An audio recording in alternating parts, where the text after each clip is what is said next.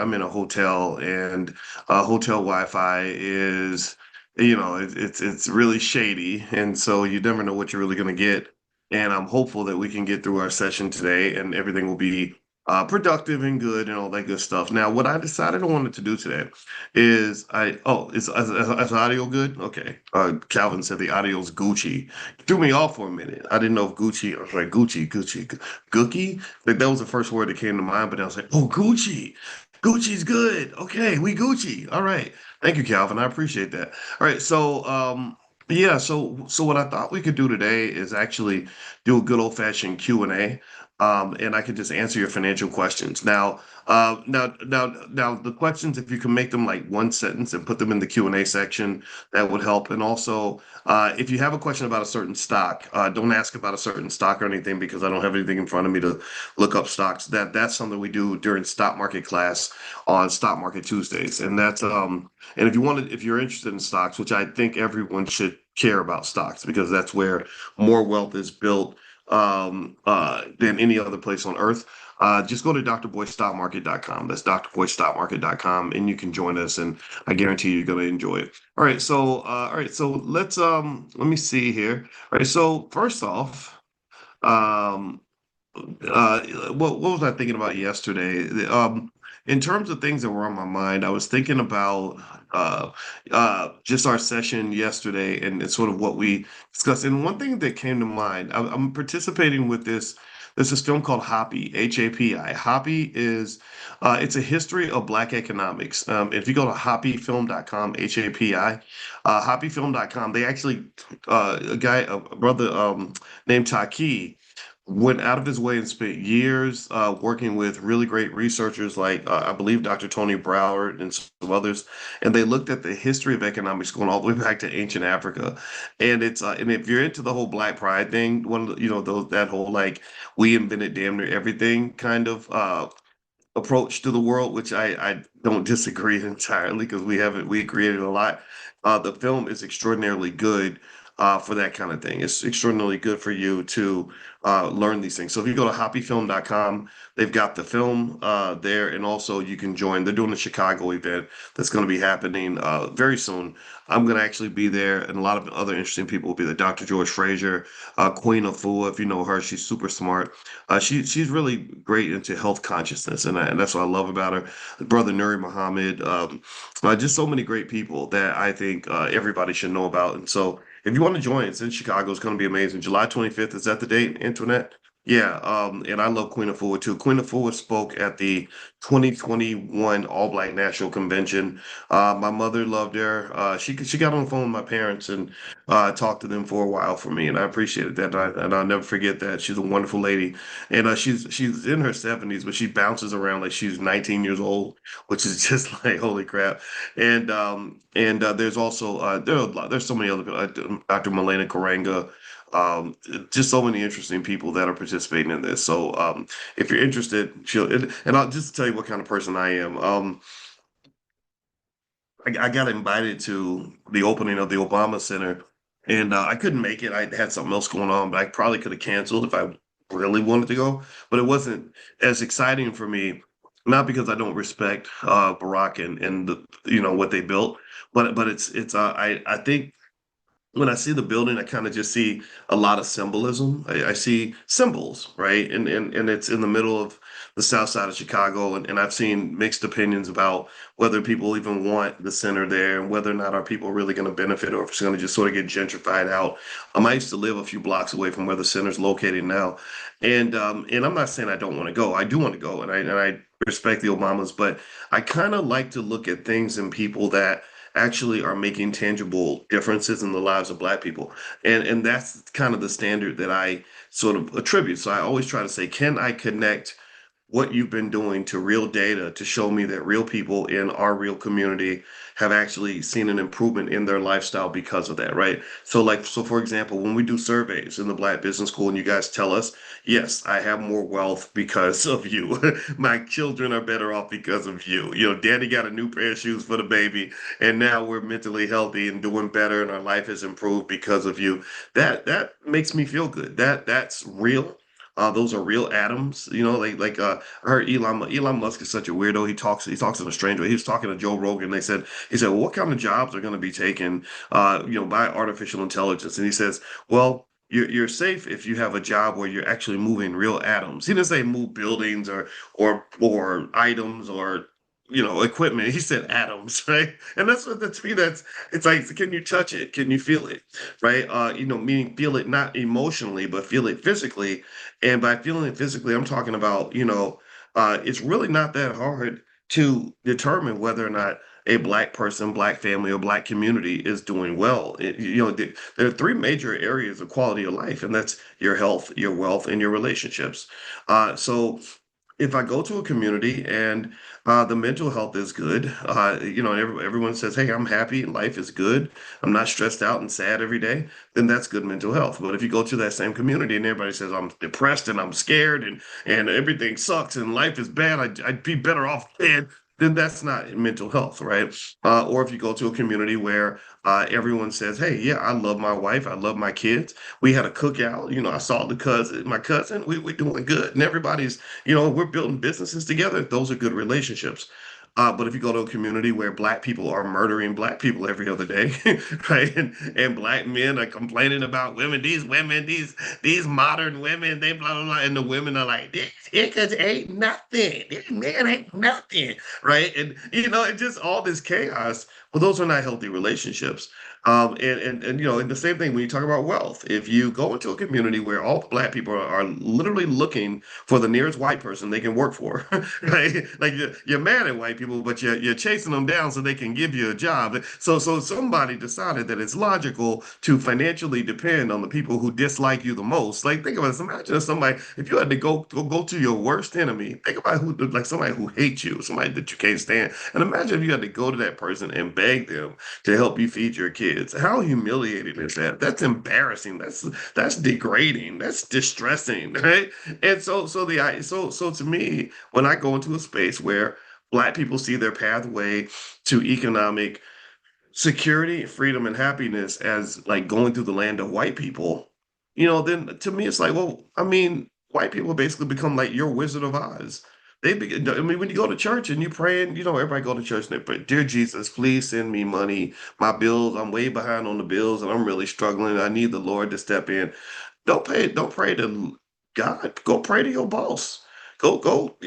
Seriously, he's the one that's going to decide to bless you or not. And so to me, I don't like seeing other communities positioned as the gods of our happiness or despair. That's what I'm saying. I'm not saying no. Whatever you pray to, you pray Jesus, God, Allah.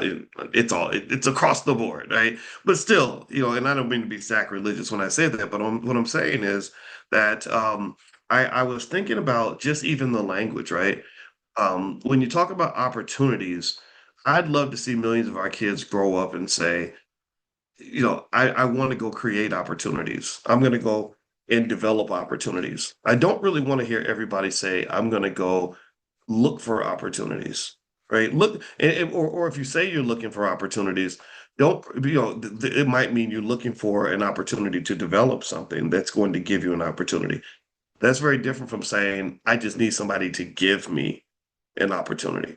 Opportunities are not created by fairy dust. They're created by innovative people who know how to take what's around them and make it into something meaningful. Yeah, and I would just say to you, it's all about your skill set. What skill set did you acquire as a child? Let me tell you, let me give you an example. Here's where I fall short. Um, I can look inside a refrigerator that has lots of food in it, and I can sit there and I can say to my wife, there's nothing to eat today. And I will really believe that. Like, I'll really believe there's nothing to eat. And so she would say, there's nothing to eat. And she would walk over and look in the fridge and she would see some uncooked steak and she would see some raw chicken and she would see some vegetables over here and she'd see all these ingredients that could be used to make a meal. But I would be like, no, there's nothing to eat. That's why I'm so hungry. But my wife could go into that very same refrigerator and make a meal that is so delicious that you would think a five-star Michelin chef came to visit our house. And so you ask yourself, well, what's the difference? Why is it that I can look in the same refrigerator as her and see no food, and she's making enough food to feed an army? Well, it's skill set. The skill set, right?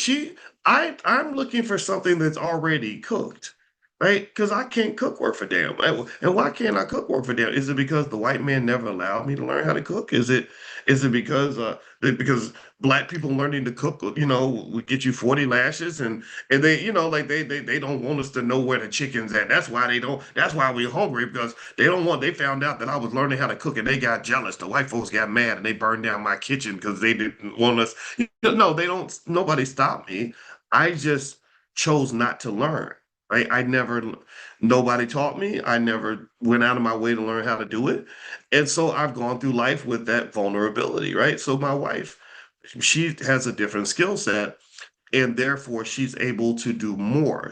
Not only can she cook, but she knows how to grow food in the garden. She grows stuff in that, and I've never once looked in that garden. I just said, "Ain't that cute? She looks so sexy." And gardening her little tomatoes. It's so adorable. But then they end up on the dinner table, and I'm always ready to eat. So if the apocalypse came and there were no restaurants and no cooked food, she would survive a few days longer than me because she knows how to make food. She knows how to take raw ingredients and turn that into something. She knows how to plant a seed in the ground, grow something, take it out of the ground, and cook it and make it into a meal. I can tell you where the closest restaurants are. I'm the first one at the table to taste test everything that she cooks, right? So we're at two different positions in the food chain. She has a stronger, what in economics they call that vertical integration, where you can develop something from the very beginning to the very end and actually control the entire process. I can't do that. I'm vulnerable to the process. If my wife decided, God forbid, to poison me, then I would just be dead. There would be no more money in the mornings because y'all be coming to my funeral or something. Because literally I'm vulnerable to her decision to decide she wants to cook for me. So imagine if my wife wasn't a woman who loved me. Imagine if she was a member of the KKK, and she hated black people and wanted to see me dead, like wanted to see me suffer. So what she would do is she would probably take the food and she would put rat poison in it or some chlorophyll or something in it that would kill me slowly so she could take all my wealth. And then next thing you know, I'd get sick and I wouldn't know why. And then I would end up dying, right? Because I'm depending on something I need. I'm getting something I need. Pay attention, follow me now. I'm getting something I need from somebody who does not have my best interest at heart. So if you want to know how Boyce the Weirdo views economics in America, I view black people as a group of people who claim we want freedom, we want freedom, and we have no idea how to go into the kitchen and cook a damn meal. We don't know how to cook freedom up. All we know how to do is accept opportunities that are created by other people. We know how to eat the meal that was made by somebody else. We don't even know how the supply chain works. We know that if I want money, I go get a job. I don't know where the money came from. I don't know who put the seed in the ground. I don't know who created this system. I don't know what happened to these pieces before they got to me. I'm only eating what's put in front of me. And then you wonder why we're dying from the food that they're feeding us. We wonder why we have so much financial insecurity, right? Do you understand? We wonder why we don't have much control over the process. Well, because you're as weird as I am. Like it's like you're like me in the house where I only eat. Do you know what? When my wife decides we're gonna have tacos, I'm eating tacos that day. If my wife decides we're gonna have steak, then I'm eating steak that day. If my wife decided we're gonna eat rat poison, I'll be eating rat poison that day. I have no control over the process because I never took the time to learn the skills to vertically integrate myself throughout the system where I can completely control the whole process. Do you understand? Right? Like so again, if I didn't trust my wife, so people change. She might turn into a scoundrel. You never know. Like people flip on you all the time. The CIA's everywhere. So if I ever suspected that my wife didn't have my best interest at heart, and I really wanted to have control over the process, then you know what I would do? I would go take a cooking class and I would learn how to cook my own food. So I know the ingredients that are in the food. I would maybe learn how to grow food. Maybe I'd even farm some animals. I don't know, just whatever, right? Just go with me on the analogy, right? But I would control as much of the process as possible so that I can make sure that I was safe and secure and that I could control the supply chain of getting the things I need. So if you look at just generally the way culturally we're taught about economics, we're not taught to understand any part of the supply chain other than the need to know basis, which is don't worry about it. Don't worry where the money came from. Just apply for the job, and when you get the job, we'll pay you your cut. We'll give you whatever we decide we want to give you. And so they bring in $1 million, they give you 20 cents, and you have nothing to say about it because you don't even know about how much money they made before they actually got to you in the first place. And so in economics, this is what happens. The shareholders get the bulk of the money and they trickle down whatever amount of drops are required to make sure the workers keep working, right? That's not an appropriate way to engage with the economic system.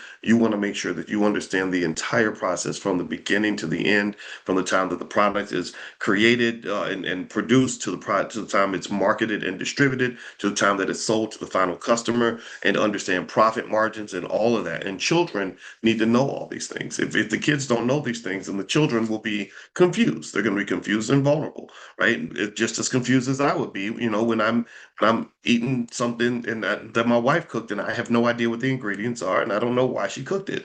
All right, so anyway, let me get back to it. Let me answer some of your questions. All right, let me drink some water. I haven't had my coffee yet today, so if I sound a little weird, just forgive me. All right, let's see here. Calvin. Hey, Calvin, how you doing, man? Appreciate your continuous improvement and upliftment of our communities. Well, I appreciate you too, Calvin. I've been seeing Calvin's name for probably about 5, 6 years now. And he's a very smart man. He always says the right words at the right time. I always call him the smartest man in America.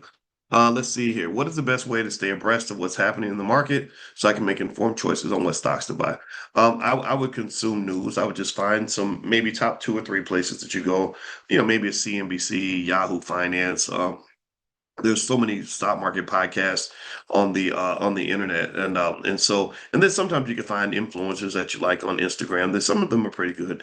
I have a good friend, Armando Pantoja. He's real tall. He goes by the name Tall Guy Tycoon, and I just love this guy. He's the nicest guy in the world.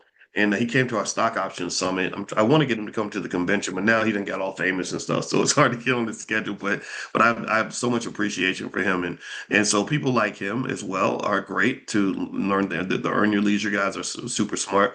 I don't really know all of them that well, but I've met them, and I appreciate what they do. So you got a lot of people that follow things as well. So I think really it's a matter of integrating yourself into that culture of just kind of being aware of what's going on, right? So you got, white folks keep up with a lot of things, Bloomberg and even Forbes or Wall Street Journal, stuff like that. But then you got stuff in our community. You got really smart people in our community that know what's going on as well. So Wall Street Trapper, yeah, I know him. He and we only talked on the phone one time, but he was very respectful, and his I appreciate his I'm kind of known as the OG. He goes, Doc, I see you like as the OG of all of this. And I said, oh God, I'm an OG. Oh, and it's like the old. I hear old when I hear that, but it's all right. I know I ain't 25 years old no more. All right. So, and by the way, I created this assessment for you guys that you can take a look at. It is a link to basically a financial wellness test, right? So or money health checkup. So I'm gonna put this link in here, and feel free to take that. And if anybody takes it, I think it works. I just believe it works. I just worked through it and worked the glitches out. So if you want to take this will give you kind of a score to just sort of see where you are when it comes to your financial fitness. So feel free to take a look at that, and that'll kind of help you know where you are and where your weak spots are. So when you're done, it'll give you a score. It'll also give you an assessment of areas you can work on to get more financially secure. My goal is to see you financially secure, which pretty much comes down to 2 key areas: wealth and cash flow. Those are two. And then after that, there's like awareness and stuff like that. So you know what to do with your wealth. So feel free to take that assessment. All right, let's see here. Terrence Mosley, if you have 10K and you want to sell stock options, which stock would you pick to purchase 100 shares of? I don't know. I guess it depends on. I don't know. I'm trying to think. If I was starting at the beginning, maybe a firm or something like that, AFRM. Yeah, and if you want to learn how to make money with stock options, we're doing a lot of that this weekend at the Stock Options Summit. And just to show you, actually, maybe I can show you an example of of why I think selling stock options is the best way to make extra money. It's like, so if I'm sitting here and I'm like, okay, I got some money saved up, or me and my family pull some money together, and we're trying to start a business together. I would get rid of the assumption that in order to start a business, you actually have to do any work. Owning a business is not the same as running a business. You don't have to run the business to own the business. I brought that point up a lot, and I know it sounds counterintuitive, but it's really true. It's just something that is just true.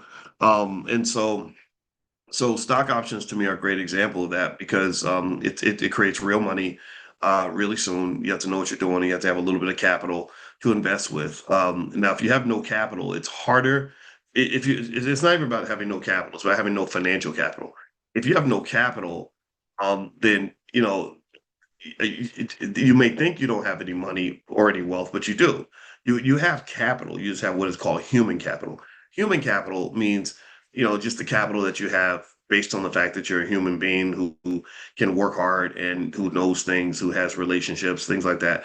What you're trying to do is it's not really so much a matter of trying to, shall we say, make money. You don't have a financial problem. You really have what I refer to as a liquidity problem. The liquidity problem means you have wealth. You're very wealthy. If you have a family, you're very wealthy. I could show you with using economic theory why even a family is a type of wealth. Because you got these children, they can grow up and become hardworking people. They can help the family business, or maybe you've got a spouse who can also help you to get your business ideas off the ground. So family really is a type of wealth. That when you lose family, you lose wealth. That's why so many people struggles because so many people are doing it alone. But that's what capitalism wants. Capitalism works best when its subjects that it's extracting wealth from are financially desperate. So things like family reduce financial desperation. It gives people options and alternatives. And so what happens at the top of the capitalist system is their goal is to create as much leverage as possible against the working class. And the way you create leverage in a negotiation is you don't want the other party to have a lot of other alternatives. Because if you have lots of options, then you have power and you can negotiate. You can demand higher wages and higher whatever, right? And so to some extent, whether you're talking about politics or economics, if you ever want to win in a negotiation, start by giving yourself options. If you have options, then you're going to win.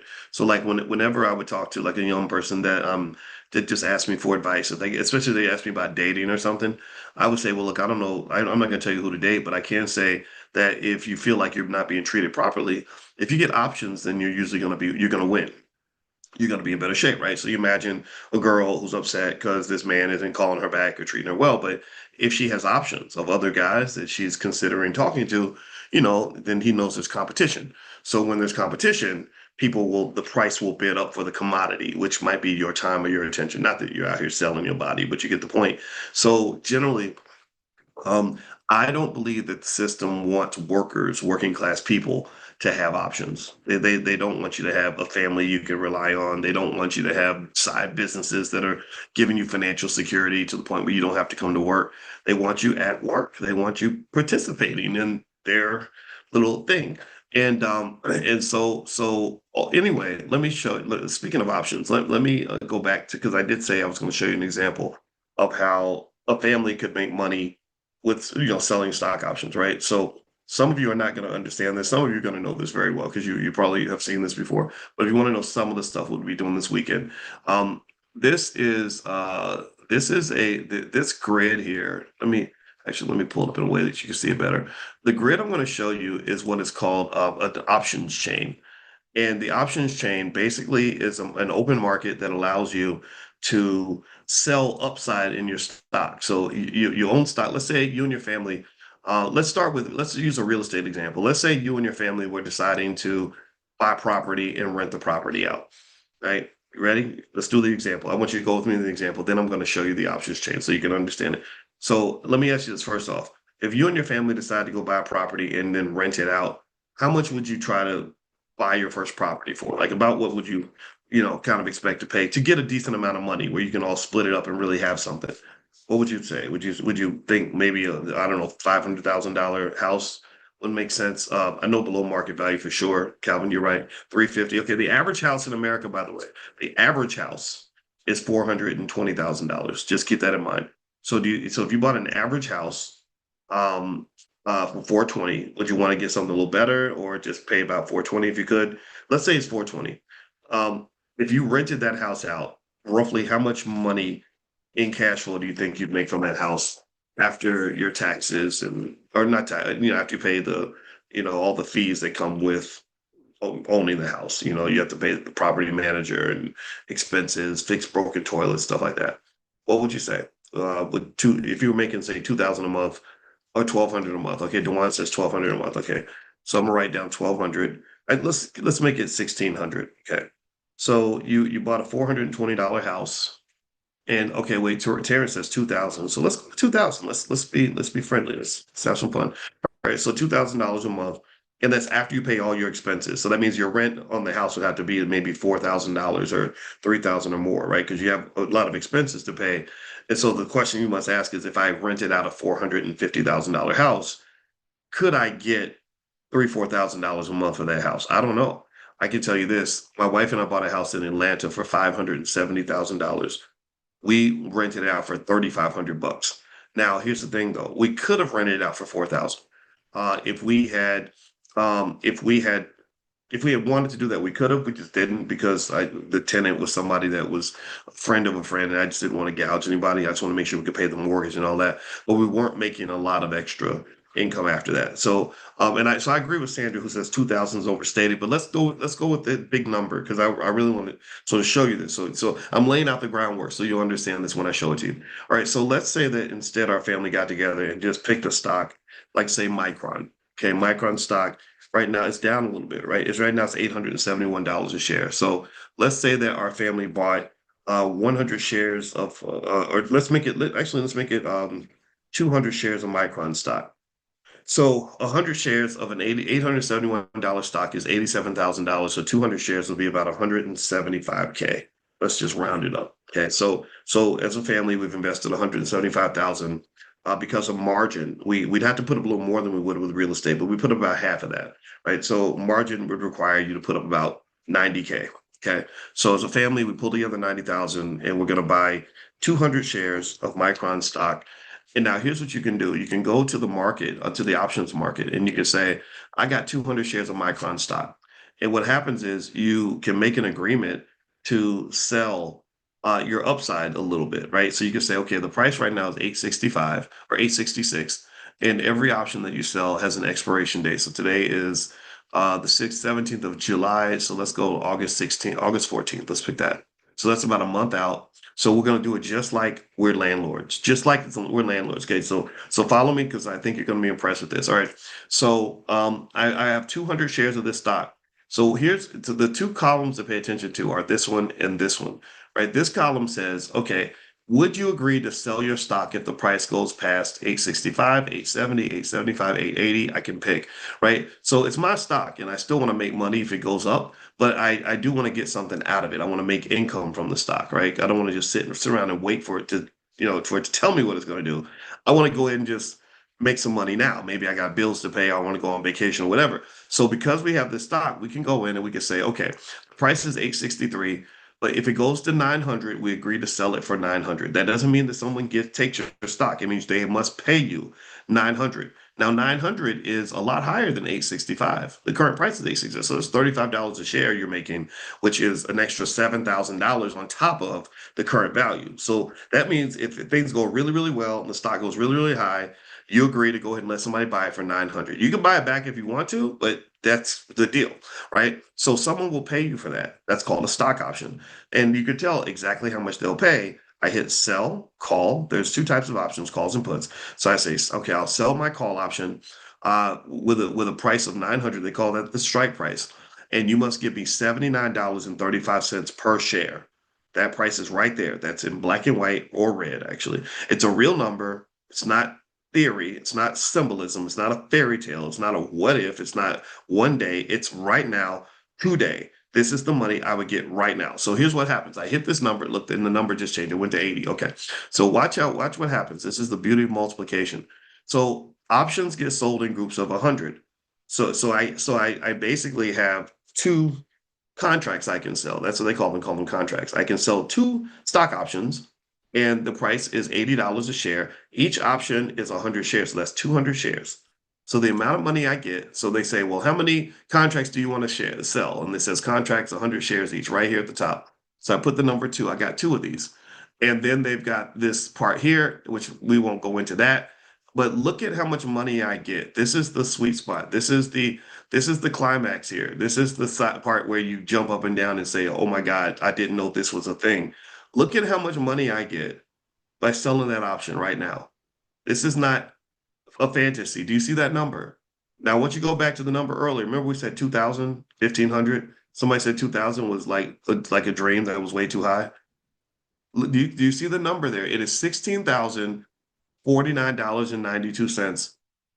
16,042. So if you and your family can raise enough money to buy 200 shares of Micron, which is probably not harder than going out and buying a freaking rental property. My God, to go and do a multifamily property, you got to take a whole class on it. You got to know how to search for the property. You got to find the good deals versus the bad deals. You got to go talk to the bankers. You got to go spend weeks making it happen. You could do this in 30 seconds. Like you can do, and then they pay you your money in 30 seconds. This 15,000 now it's 15,759. This money, I hit this button. If I hit the submit button, that money appears in my account. Like it's 9:35 Central. That money will be in my account by 9:36. And it doesn't require me to do any work at all. I don't have to talk to the property manager. I don't have to get up and go to a job. I ain't got to work 8 hours a day. I ain't got to do none of that. Like this is how the rich people make their money. Like I don't have to do anything. Like this is I can roll back over and get back in bed with my wife. I don't have to get out of bed to do this. I literally roll over, sell my options, get my money, switch it over to the checking account so she can pay the credit card off, and then I go back to sleep. So do you understand why I've repeatedly said, in my view, and again, does not invest in advice. I know, and all investing involves risk, but do you understand why I pretty much said I think this is probably the best way I've seen to make money ever? I met Lil Troy who made that rap song. Remember the one I really like? And he said, "Making money the flyway. You gotta find a better way." Right? I'm like, yeah, this is how you make money the flyway. This is the flyway right here, not selling drugs. Like, 'cause that get you killed. It's just like real.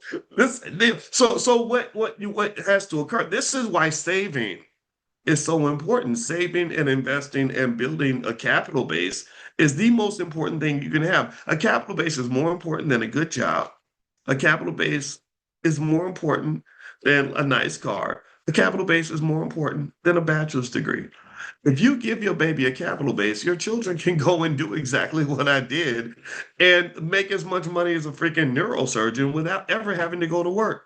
Who told you that you have to work to make money? That was a lie straight from the depths of hell. Financially desperate people have to go to work to make money, but people that have capital, your money really does actually work for you. And that's a real life example I just showed you. And there's thousands of stocks you can do this on. I own some Micron, but I do this with lots of stocks. So that's what we'll be doing this weekend. If you want to join us for the start, if you're into this and you liked what you saw and you're interested, you want to get better at it, this is if you go to drboyceprime.com, that's what we do in the Prime program. We just hunt down stocks, we look at the risk, we figure out, okay, what's the good and the bad. And here's the other thing too.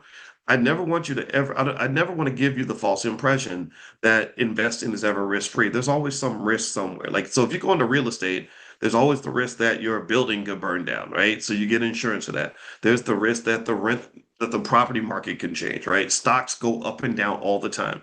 In fact, Micron, the stock I just showed you, had a big dip today. I want to go see what happened, but Micron really, really dropped. So what a lot of the program is about is knowing how to respond to that, right? It's like being on the ship. Sometimes the ship rocks a little bit, and if the boat's rocking, how do you respond? What's an over response? How do you avoid that? How do you avoid under responding? That kind of thing. So don't think that it's a panacea, but then again, going to work ain't a fairy tale either, right? So really, in my view, if I had my way, if I really was able to get people to really do what I believe they should do, I would say, look, just invest consistently for your children so that when they get older, they'll have enough capital to do things like this without having to go to some stupid job and work with people that don't like them very much. Okay. So anyway, there's the link to the stock option summit. If you just want to come into the summit and that's all you want to do, you don't want to join Prime, then you can do that. If you join Prime, you get in for free.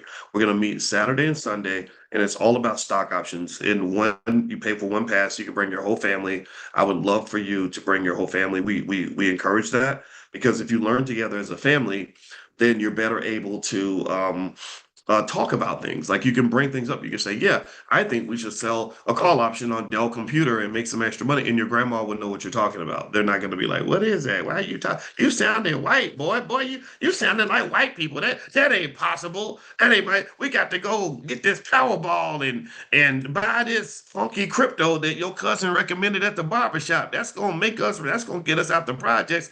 No, you'll be speaking the same language. So education, just like you eat together, I think you should educate together.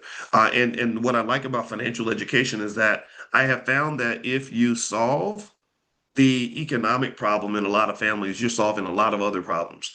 Because a lot of problems, when we do the research, I'm like, okay, what's really going on with our people?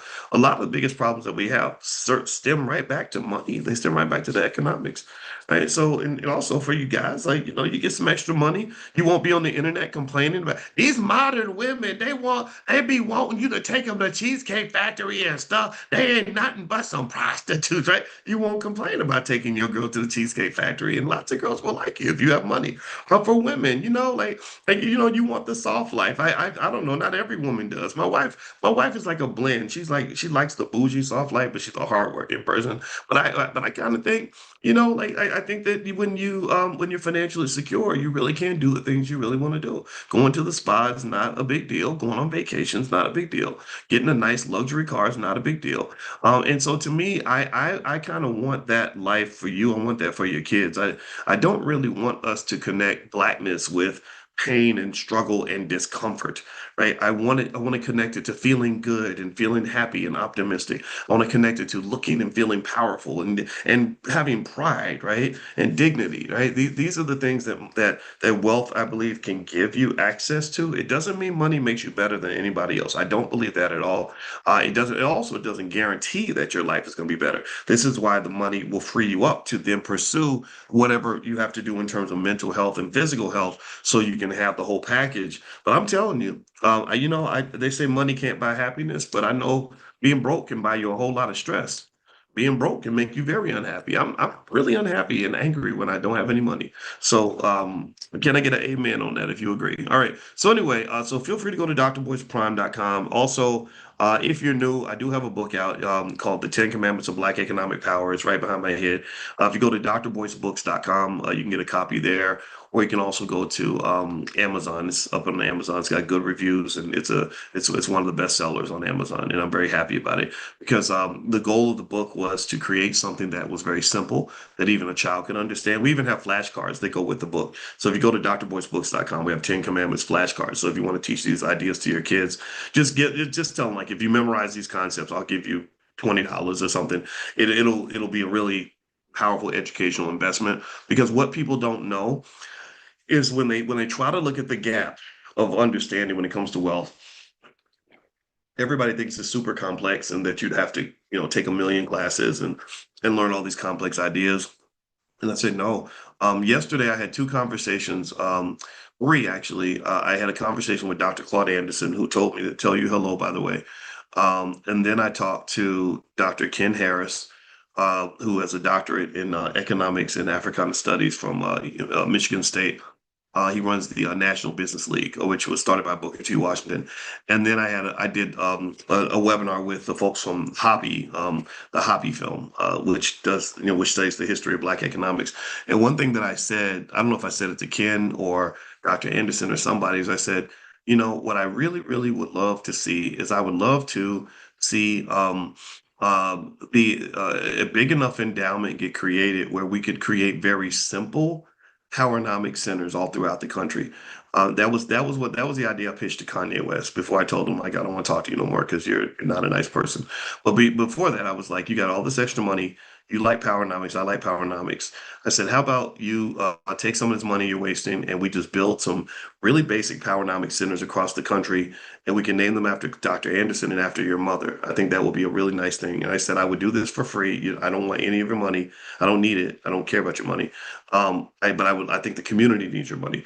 And to me, that was a very simple idea that would be highly effective. And you know what I was thinking about is I was thinking about McDonald's. I was thinking about the story. I love to read stories. This is a great thing to do. I encourage you to do this, especially if you're starting a business. Read old stories about how major corporations got started. Like go read the beginnings, and you'll be amazed at how raggedy these companies were when they first got started. You know, like Coca-Cola was started by a drug addict who was looking for something to replace his morphine addiction. UPS was started by teenagers who were delivering packages on their bicycles.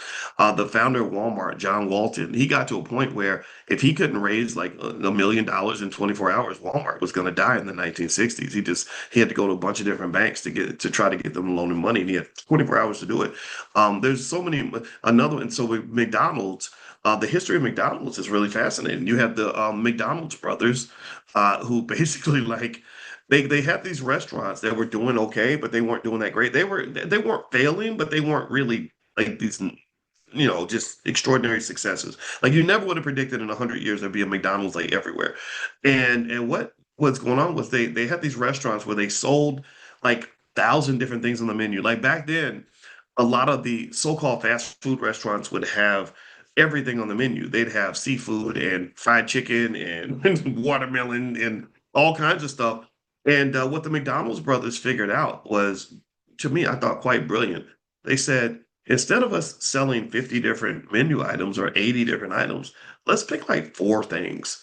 And let's get really good and really fast at selling four things. And so they said, okay, and also instead of us putting the food on dinner plates, we're going to use paper plates, or we may have used paper plates. They would use little pieces of paper, right? Because your cheeseburger is wrapped up in paper, and I think they started off with like they were like you can order a hamburger, fries, and a drink, and then I think they added the milkshake, and they might have had the cheeseburger. I'm not sure. And so, and what they did was they would time how fast they could make a hamburger, fries, and a drink. And they got really good at and they would position all the workstations to make everything in such a way that they can make it as quick as possible. And that's what led them to kind of take off. They just got into it where they were just like, and filling these orders, and people started coming because they're like, oh, I can run in here and really get some true fast food. And then Ray Kroc came along and he was selling milkshake machines. And basically he saw this operation. He said, holy crap, this is amazing what you guys have out here. So what Ray did was he made a deal. And I don't think this was a deal that the McDonald's brothers were happy about making. This is why you gotta, when you talk to your kids about business, you gotta teach them about contracts and all that. Because too many people. I think I saw the rapper Fat Joe talking about how he got robbed by the person. He said, "Yeah, he gave me $50,000 and he spent 30 years robbing me." And I don't. I had to be careful because I know people that know Fat Joe. I don't know him, but I didn't want to be rude. But I said, so when you say he robbed you, does that mean he didn't let you read the contract that you signed? Like rob you? Like did he take it by force? Did he like pull out a gun and say, "Give me your money"? Like what does that mean? He robbed you, or did you rob yourself by not reading the contract? Or did somebody else rob you by not letting you know that you have to be thoughtful about the things that you sign? I get tired of that language. I'm not saying it doesn't happen. I'm not saying that exploitation cannot occur. Let's get past that. Let's be clear. It does. There is, you can argue that there should be some sort of ethical parameters in terms of how the game is played, but you're playing the game of capitalism, man. Seriously, you need to understand capitalism is big bang take little bang, dog eat dog. It is a competitive. So if I'm on the basketball court and I can't dribble, I can't blame the other team for not teaching me how to dribble. Right? Like, I can't get mad because if I'm playing football and the team keeps stealing the ball every time I run a bad play, I can't say, well, it was your responsibility to sit me down and teach me how to pass the ball the right way and how to form the. What world do you live in, man? Like, what kind of 3-year-old are you, sir? Like the way, so again, I'm not judging, I'm not calling Fat Joe a 3-year-old. That's mean. But what I am saying is, stop it. You live in the world of competitive men and women. That's just what it is, man. It is not that white man's responsibility to give you the education that your parents did not give you. That's just the truth. I'm not letting him off the hook. I'm not saying that, yeah, he did. What happens in these contracts is you have some rich 50-year-olds taking advantage of broke, struggling, desperate 18-year-olds. But they're not just desperate and struggling, they're also distracted. They're thinking about the booty and the bling and the fame and not thinking about the contracts. Because I'm gonna tell you the truth, I think it will be much harder. Like when you look at some of these horrible contracts some of these artists sign, I bet it'd be much harder to get like a 18-year-old Jewish kid from a wealthy family to sign that contract because his father would say, "No, son, we're gonna read this." And no, no, you don't have to do this. You're not. So two things are going on. Number one, they're better informed. Number two, they're not as desperate. So when we raise children who are not financially desperate, um, who are not also emotionally driven by instant gratification, who also have people in their corner that love them and have their back, then it's not as likely to occur, right? But again, we know, we used to be slaves, so we got work to do, right? We're coming back from something, right? So there are advantages others have, but I don't really know how much the victim talk really solves the problem. I think it's a matter of really assessing it and saying, like, how does that happen? Okay, how do we prevent that? Um, because it doesn't make any sense that the black community produced Whitney Houston, but Clive Davis made more money from Whitney Houston than Whitney Houston's own family did. That's not appropriate, right? So anyway, let me get back to it. Let me answer more of your question. But yeah, but so anyway, with the Powernomics centers, it came from thinking about McDonald's, and I said, what if we standardized Black economic thinking on a national global scale? Like, what if we just had thousands of Powernomic centers where literally there's like 5 or 10 basic things. When I tell you, literally, there are probably 5 things that you could teach a child in 20 minutes that will have a dramatic impact on their net worth when they become an adult. Okay, son, you don't want to be a renter, you want to own things. Also, everybody must be in the stock market, and you must always put 20% of your paycheck in the stock market, no matter what. And buy a house as soon as you can, right? Right. So own property as soon as you. So learn how to buy a house. Owning's better than renting. Being the boss is better than being the employee. And everybody should put 20% of their money in the stock market. Do you know that what I just said to you in 2 minutes, which was not hard to understand, if it was solidified in the subconscious mind and became part of a habit for young people, do you understand that that would increase Black wealth by about $10 trillion in one generation? Do you understand that? You can literally hear what I just said. And if you took it, the hard part is not hearing it and understanding it. The challenge is implementing it. Like it's easy. Like if I say go run a marathon, well, that's easy to say, but the marathon is 26 miles, right? So if I say put 20% of your income into the stock market and always pick S&P 500 companies, it doesn't take me long to say it, but it takes 30 years to live out 30-year plan, right? So it takes so that's where the problem is, right? It's kind of like again, it just reminds me of like losing weight, like really losing weight and not getting obese is not hard. Just go to the gym. If you run 3 miles every couple of days, you're not going to get too fat, right? But it's the implementation, the execution that becomes a challenge. That's why when we're talking about what we're trying to do next, we got to get past like the excitement over somebody giving a great speech and the crowd jumping up and down and getting pumped up. That is puff, that is symbolism, that is short-term excitement. That is going to die. That is not going to live very long at all. And we have a whole industry built around people that know how to give exciting speeches and get people pumped up and fired up and emotionally triggered, and then nothing comes of that. What must also occur is that you have to have, in my view, a culture of discipline that says, okay, now that we know the plan, that ain't a big deal. Knowing the plan's not the big deal. It's the implementation of the plan. The implementation is a long-term process. It's like making a baby, Now that we've had the fun of making the baby, now we do the real work, which is gestating that child in your body for 9 months and then spending 18 years, 157,680 hours raising that child to be a healthy, intelligent adult. That's the hard part. Making the baby is just kind of the big bang. And a lot of times I find that in a world of instant gratification, we get real excited about the big bangs. We like the big bangs. We like the sex, but don't nobody like raising the kids, right?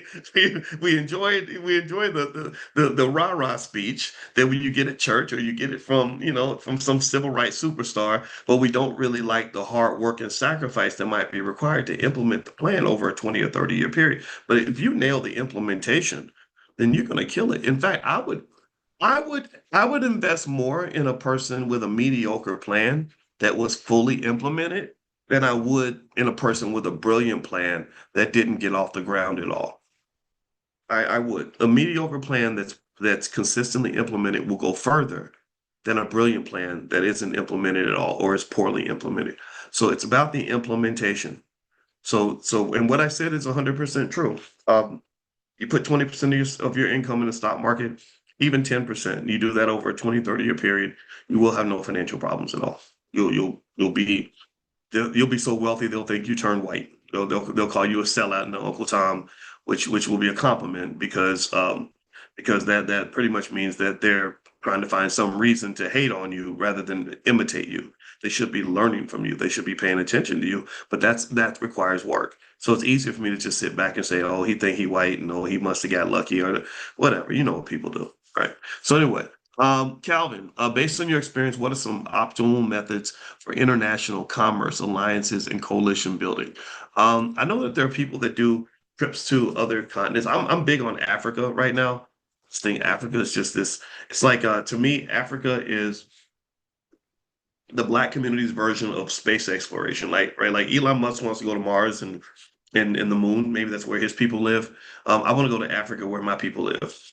And I love I love all our trips to Africa. We've gone to Africa every year as a group for 3 years. We went to Egypt, Ghana, and South Africa. And so my wife and I are going to buy property in South Africa. We probably have some students in the Black Business School from South Africa. We've already started our expansion in South Africa, the Black Business School, because I got there and I didn't even go out much. But even in the hotel I was in, people kept on stopping me and writing like, "You're that guy." I'm like, "Yeah, I'm that guy." Denzel Washington. You probably seen my movies. But anyway, I'm kidding.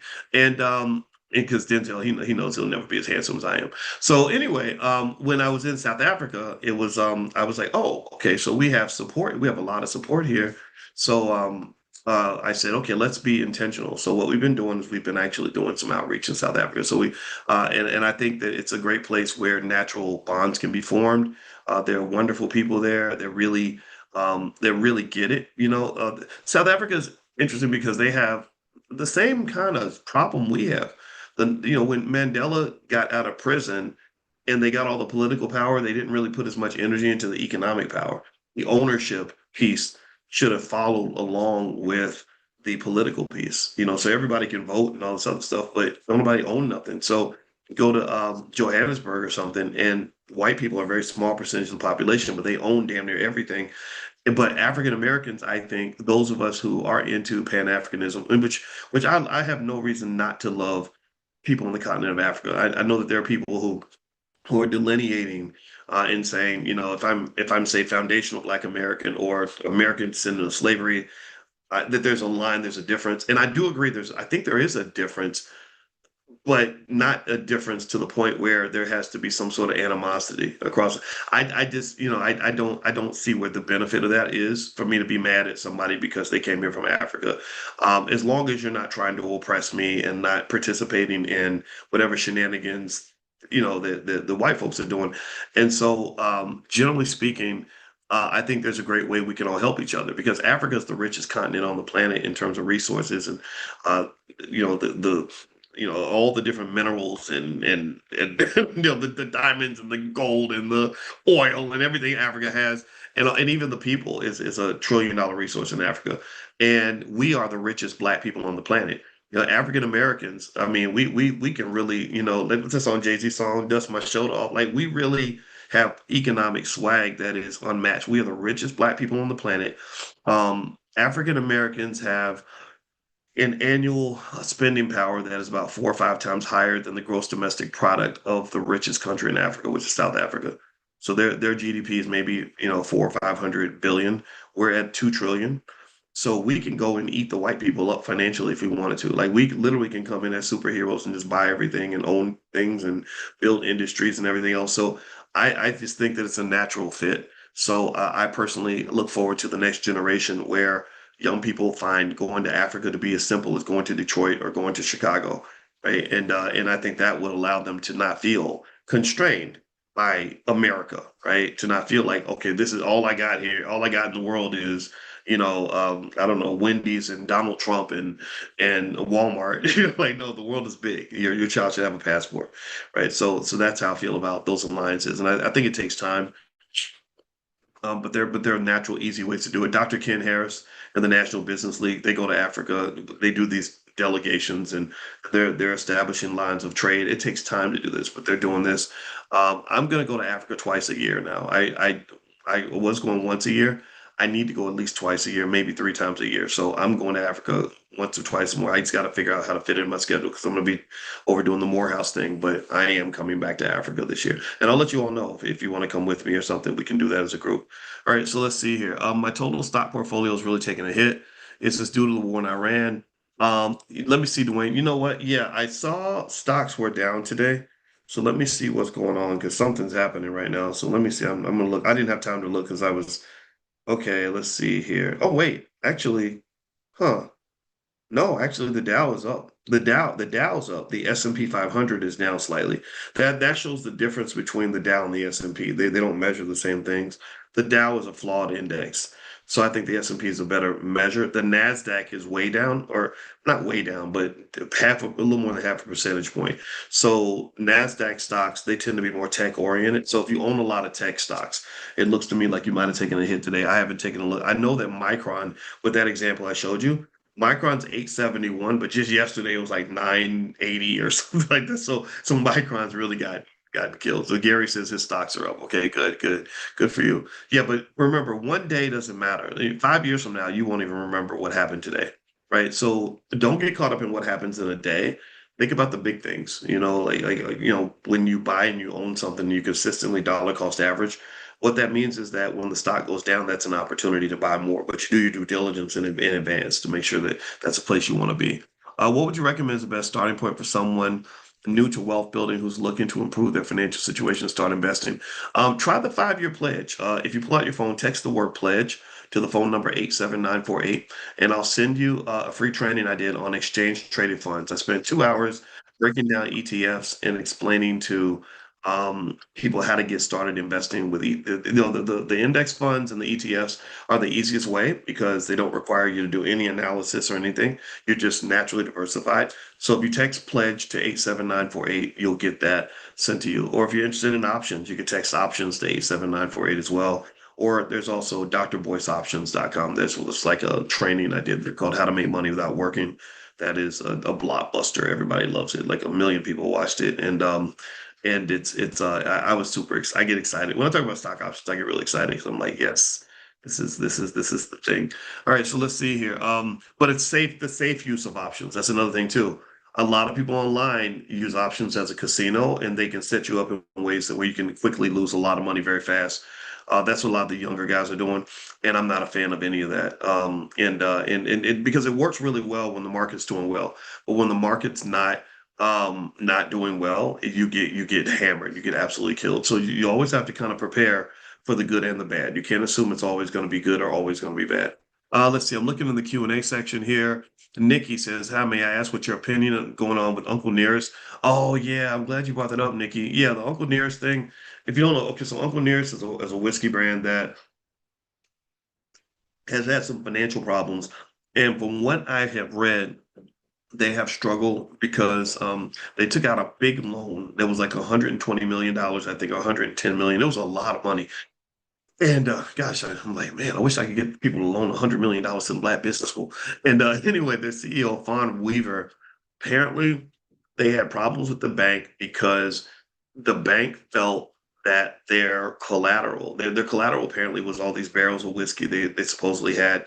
And I believe that the bank was like, we need to go count our whiskey to make sure that your collateral is really for real. Like collateral is important because collateral, people will loan you money for collateral before they loan you based on a credit score. So because she didn't just say I have 800 credit, give me 120 million dollars. She had collateral. And apparently the bank claimed that the collateral was not what they said it was, that it was that they didn't have nearly as much whiskey as they said. And I don't think Fawn Weaver just disputed that. I think she basically said, no, it was because we had it was because we had a CFO who didn't do his job and he did something unethical or possibly illegal, and now he's gone. And that part I don't know. I don't know what the status of that is. I do know the number one, yes, things like that can happen. I have seen that happen. It sucks, because sometimes people do stuff you don't know about. But at the same time, when you're the CEO, buck stops with you, right? So she's responsible whether she did it or not. And that led to a receivership where they took the collateral. They basically took the company and just took control of the company. And they could only do certain things with the company. Like they were still there, but they were like, you can't do this and you can't do that because we got to watch the collateral. We have to watch and make sure. And then from what I understand, the latest development is they completely locked Fawn out of her company. They just said, we're taking this thing, it's done, get out of here, or come back when we ask you to come back. But right, because I think that they're going to sell it. That's what they do right before they sell it typically. And is this an injustice or a case of mismanagement? I don't know. I was rooting for them. I'm not into the whiskey thing. I think alcohol honestly has been very harmful to the Black community, but I understand. I know people that drink. My wife drinks. I don't judge. In fact, on my birthday party, we had liquor. You could get liquor. You could go get drunk at my party if you want to. But I don't drink because I've just seen the devastation, of having, relatives who are alcoholics and the bad things that happen from that. I know friends have gotten killed in drunken situations. So alcohol was really traumatic for me, but still, it is what it is. And I was rooting for the business, but sometimes businesses fail. Right? And this is what I think is the biggest lesson here. It's not a matter of saying, well, you shouldn't have done this and shouldn't have done that. Maybe that's appropriate. And the lesson isn't like, oh, there's the white man taking our money again. And then I don't think that's the lesson either. I get it, I understand, but just because somebody's black and something happens doesn't mean they didn't make a mistake. And just because they made a mistake, though, doesn't mean that they were incompetent and a bumbling fool or a criminal. It just might mean maybe she just made a mistake. I don't know. People make mistakes. Everybody here, raise your hand if you made mistakes. Everybody, let's just do this, please. Can we like be honest right now and just say everybody in here who's done something where if I took your biggest mistake and told everybody what it was, you would be flat out embarrassed right now. I want you to think about your biggest mistake you've ever made and be honest. If I was to go out and be like, oh my God, let me tell you what Cheryl Tate did back in 1996, you'd be embarrassed. I'm raising both hands because Lord Jesus, I wouldn't want to be put on blast like that, like expected to be perfect. Please never expect me to stop that. I appreciate your respect for me. Thank you for giving me the honor of helping you in this process. But just be clear, if you consider me to be one of your teachers, you're being led by a highly imperfect human being who just does stuff. I've been like, okay, you should know better, Boyce. You got your PhD a long time ago. So I think that that's important, right? Because we cannot sit around thinking that to do stuff you got to be perfect. No, you're not. You're never going to be perfect. And great CEOs have made horrible mistakes. Elon Musk has failed miserably in certain companies. He's done things that were flat out stupid economically. Tesla has been an embarrassment. Like, have you seen? Like, he's like, oh yeah, we're gonna have driverless cars by 2018. That was not 8 years ago. I still wouldn't get in a driverless Tesla, right? So shortcomings happen. If go look at the story of WeWork. Look at Adam Newman in WeWork. He was a young genius that raised $47 billion. And I believe he lost about 46.8 billion of that money. Right. So this happens and businesses fail, things go wrong. So number one, whatever happens, it's not over for Fawn Weaver. Fawn Weaver, probably, I'd be willing to bet you that because she's achieved so much success and had such a devastating failure, she would probably be a better business school teacher after the failure than she was during the height of success. Because a lot of success can make you blind. It can make you blind to your weak spots. And a failure will humble you. And to me, I think that's the best kind of teacher, somebody that's confident yet humble. to say, yeah, I did this right and this worked really well, but I did this and I'm never doing that again. Right? That's how you learn. The other thing too is when you understand that businesses sometimes fail, then you'll know what game you're getting into. You don't stop romanticizing the wealth building process. If you're invested in the stock market, you're going to have days where you're going to look at your portfolio and feel stupid. You really are. And then you have other days where you look at your portfolio and you're going to be like, oh my God, I'm such a genius. I should be telling everyone how to invest in stock. Like, this is how it happens. You're going to have the ups and downs, but that is what business looks like. That's what wealth building looks like. And it's important to just understand that because if you get too caught up in mistakes or tragedies or let's say 20 years from now, people are like, yeah, that Fawn Weaver, I still remember back in 2026 when she messed that company up. I don't trust that lady. That lady ain't shit. Well, you're never gonna make progress. You never move forward. You have to be able to move forward. And that's my point. There are so many CEOs out here who have failed miserably, who are still in the process of raising $10 billion for their next venture or half a billion or whatever their number is. They Peter was it Peter Thiel? I think it was Peter Thiel, and then there was another one. I forgot his name, but he literally was like, "Yeah, I lost 95% of my net worth because I made this investment and it went bad."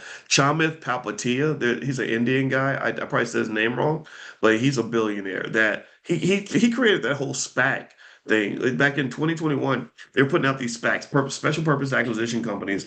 Basically, they were selling snake oil. Like all these SPACs just went flat and they died, and everybody still that's like a scar on him. He looks people are mad at him for that because they lost a lot of money with these SPACs.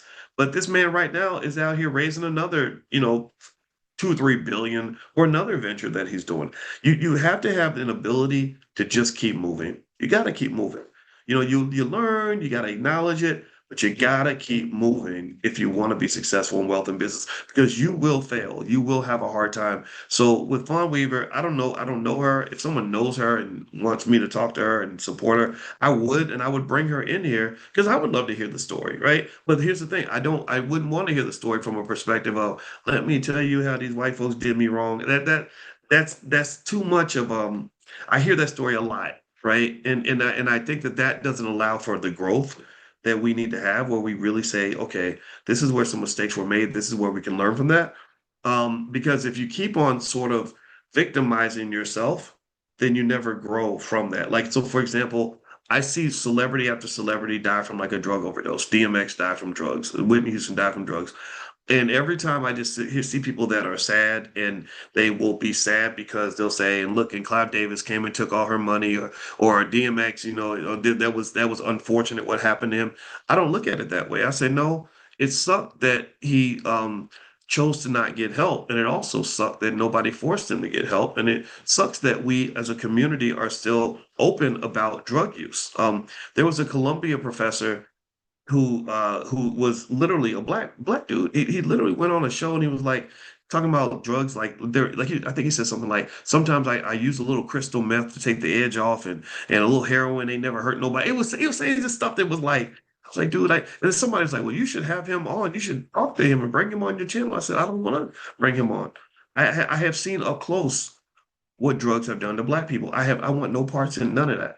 I want no parts in a mind altering substance when you're in the middle of such a dangerous society that you live in, where they already are looking for you to slip up. They're already looking for opportunities to lock you up. They're looking for opportunities to fire you. They're looking for opportunities to kill your son. They're looking for opportunities to make you disappear.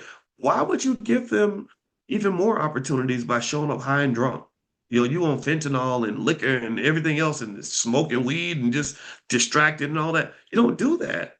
And I'm not judging people like that. I'm just saying, I think we can raise the bar a little bit. I really do. I think that sometimes we don't challenge ourselves enough because, I mean, you can tell me all day what white people are not doing, but I don't think they're really listening.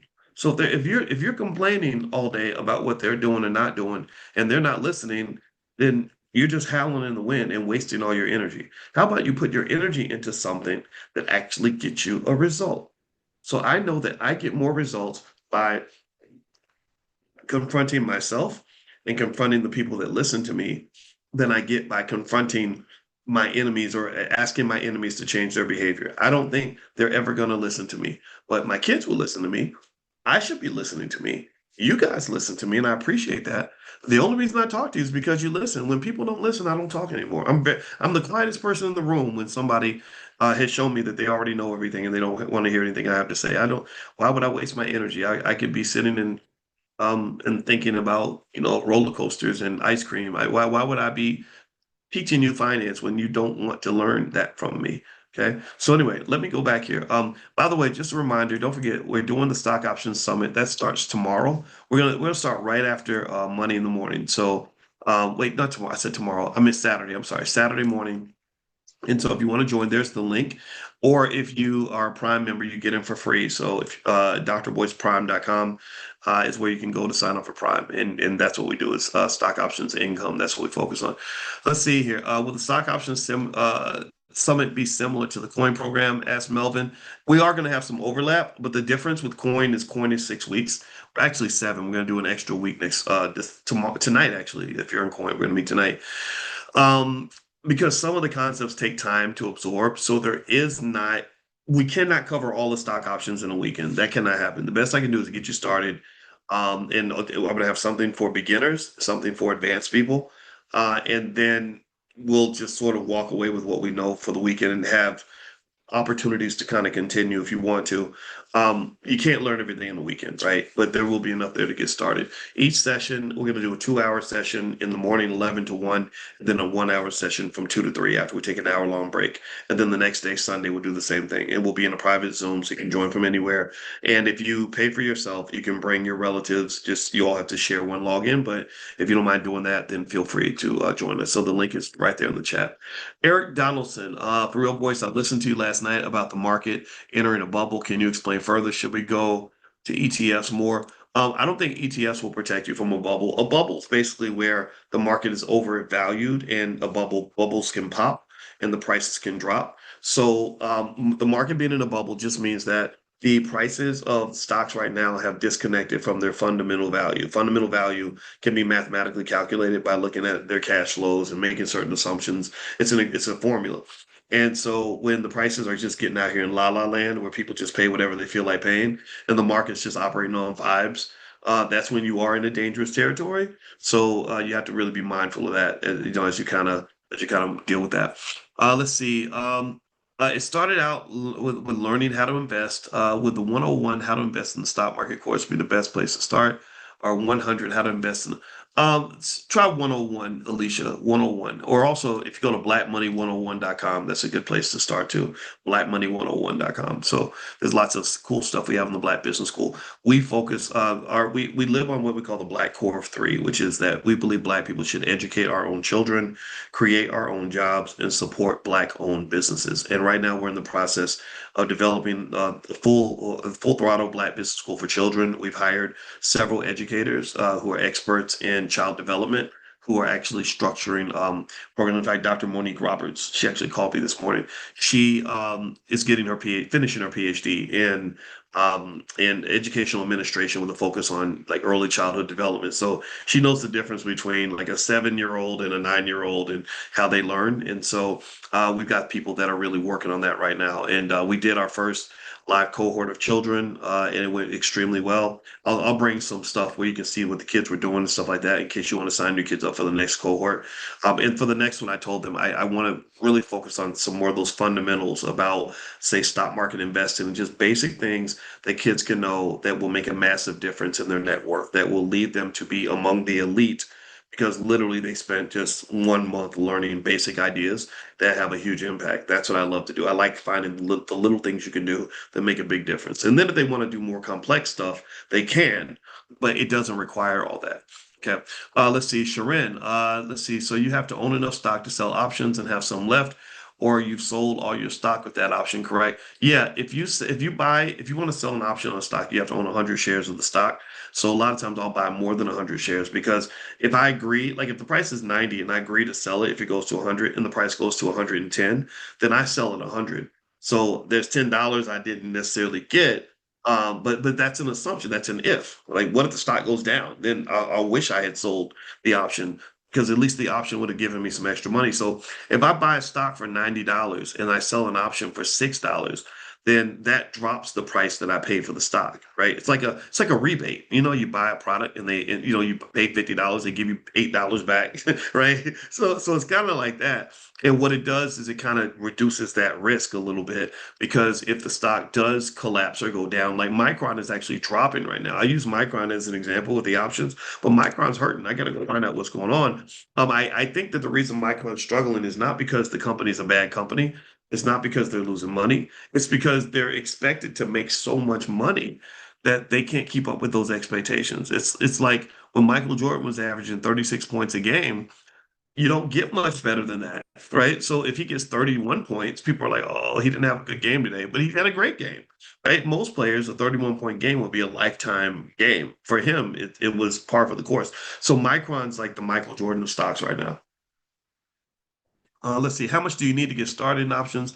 I've seen people get started with like 5,000 and using a margin to get more, but there's even better ways. They have things like what they call poor man's covered calls and stuff like that that you can do.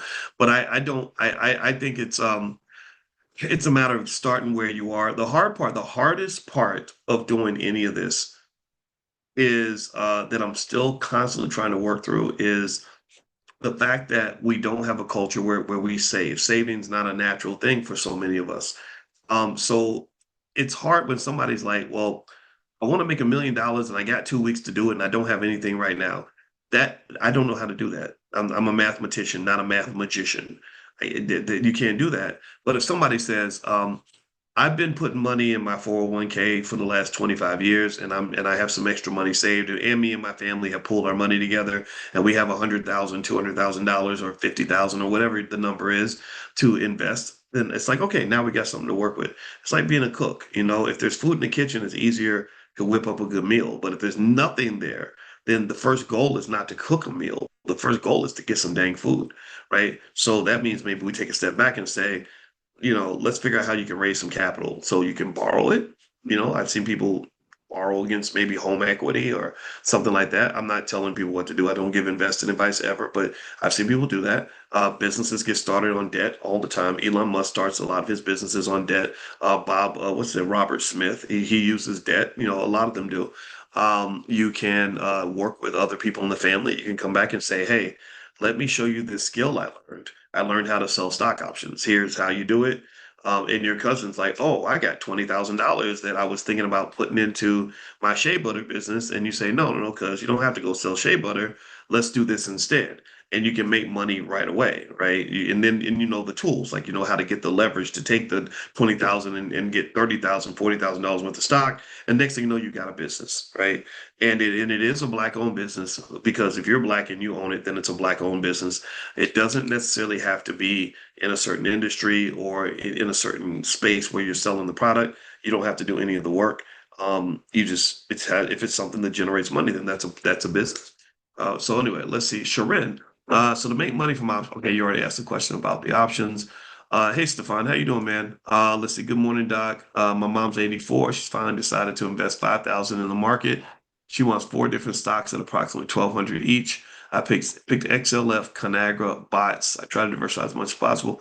Can you recommend the fourth stock? I like the fact that you picked the ETFs. That's a good diversified approach. I think something as simple as SPY or VOO might be good, or XLE. What is it? No, maybe it's not XLE. There's a healthcare ETF. I don't have it in front of me. I want to say it's XLH, but I think that that's wrong. But there's a healthcare, like something in healthcare, I think might be good. Though XLV, thank you very much, Mark. It's XLV. Yeah, so XLV is a healthcare ETF. So you'll get diverse exposure. You'll have your money spread out throughout healthcare. And when the market crashes, when the bubble bursts, healthcare is going to be one of the places where people will put a lot of money, in my opinion. Okay, a couple more questions. Any thoughts on SMR? Christian, I don't have my ability to look up stocks right now, so I haven't seen what's going on with SMR. So bring that to options class though, and we can definitely talk about that. Let's see here. Okay, now somebody is putting a link from Otter. What's that Otter pricing source? I don't know what that, Alicia, I don't know what that link is. So let me know. I have not seen that link, but if anybody sees it, let me know because hopefully somebody's not promoting something that they shouldn't be promoting. I didn't see it though. Regarding options this weekend to confirm, I can have other relatives, family. Yeah, you can bring your family. Like I don't. Our goal is not to gouge with the Black Business School. We want everything to be quite affordable, but we do require some type of investment because it costs money to run an institution. One of the challenges with the Black community that I think I was talking to Ken about this yesterday and Dr. Claude Anderson is I said we need infrastructure, we need institutions, and institutions require investment and sacrifice. So, so running the Black Business School, we do a great job. We reach a lot of people for like bargain, it's like a bargain basement amount of money, but we can't do everything free. Like a lot of the civil rights movements and everything were built on communist socialist ideologies, which are healthy in certain contexts, but they don't always fit well in a capitalist society. So when you say everything should be free, well, then you failed to answer the important questions. Like, well, if everything's free, then how do you pay the people that are actually taking time away from their families to run the institution? How do you make sure that they get to eat and that their kids get to eat? Because you can't really run a good institution if they all have to go work for a corporation in order to pay their bills, right? So, long story short, what we do here is we kind of run it a lot like a church, meaning that to go to church, it doesn't cost you anything. Church is free. But if the church is providing meaningful service that's really improving your life in certain ways, it's not unreasonable for the church to say, okay, this is going to cost money because we've got expenses to pay. You see what I mean? That's literally the economic model of the Black Business School. So what we do is we just negotiate with you. We say, okay, here's the cost. But you know what? If you want to bring your cousin and them and just you pay for one person, then we do it that way. So that's kind of like we're hooking each other up. You know what I mean? Like you helping us out, we help you out. They call that reciprocity, and that's how you build an economic system. Okay, so there we go. That's our appeal. All right. So one more question: Are we able to invest in the Powernomics centers as a group and with B1? Yeah, I'm going to talk to Ken about it. There's conversations we're having about some of that, so I'd like to bring that to you at some point and talk to you about some things we can do. One thing I stay away from in general, though, is I don't want to run like a big money fund or anything like that. I feel like the disaster with the Tulsa Real Estate Fund really showed me a lot in terms of just how weird it can get in terms of people. Just I don't know. I don't know if the community is really ready for that type of stuff yet. I'd rather let other people do that kind of thing. Um, I'd rather do other ways of raising money and getting things done. And so long story short, you probably won't hear about the Dr. Boyce Watkins Fund anytime soon because I just would rather keep it simple. So anyway, but there are plenty of opportunities to invest in things, and there are like I went to the Deal Noir event. My brother works in private equity, and they were, or I guess it's private equity. And there are some really, really smart Black people that are in the VC space and that are raising money for things, and they were pleasantly pro-Black. I remember when I went to the one that they had in Chicago, and it was at that law firm that Michelle and Barack Obama met at, and back 20 years ago, if you went to an event like that, it'd be a bunch of Black people that were scared to be Black. they like you say the word Black, they would run away and hide under the table. But now things have changed. I think now you've got some really elite, highly successful, very wealthy Black people who really get it, who literally understand the assignment, and their goal is to bring the resources back home, and that's going to be instrumental in the progress of the community. And I think that that's so important that we don't allow ourselves ever to be consumed by a culture where we make highly successful, elite Black folks feel somehow rejected from the cause. Like, oh, well, you don't fit in because you can't name your favorite rapper, or you don't fit in because you weren't born in the hood, or no, it's like to me, if you're Black first, you can be Black first and rich, Black first and poor. You can love anime and be Black first. You can, whatever, right? Like all these stereotypes have to go away in order for us to understand how important it is to help each other. Like I love it when, when me, here I am a college professor, and I love it when I'm talking to rappers and stuff and different people from different backgrounds, and and we understand each other and we give each other grace, and they know I'm going to be a little bit nerdy. I'm not as cool as they are, but and they know, and I know maybe they're not going to not automatically be on that same tier when it comes to like the intellectual stuff, but there's a respect of what, you're bringing something, I'm bringing something, we can work together because we have the same goal. And that's what B1 means. B1 just means like, let's do this and let's stop waiting for other people to do the job that belongs to us. It is our job to build our institutions. It is our job to build our community. It is our job to strengthen our families. It is our job to improve our wealth. Ain't nobody out here waiting for Superman because you are Superman. Superman lives in your mirror. You just got to pull him or her out. Got it? Makes sense. Okay, so let's get out of here. It was great to see everybody. So tomorrow, the Stock Options Summit, not tomorrow, I keep saying tomorrow, I'm sorry, Saturday morning at 11 a.m. Eastern. That's when we start. I'll put the link in the chat one more time. I'll also text the link out. If you're not on the text list for this class, text the word morning to the number 87948. Text morning to 87948. And don't forget, all the Prime members get into the Stock Options Summit for free. So you can join drboyceprime.com if you just want to jump in and do stock options right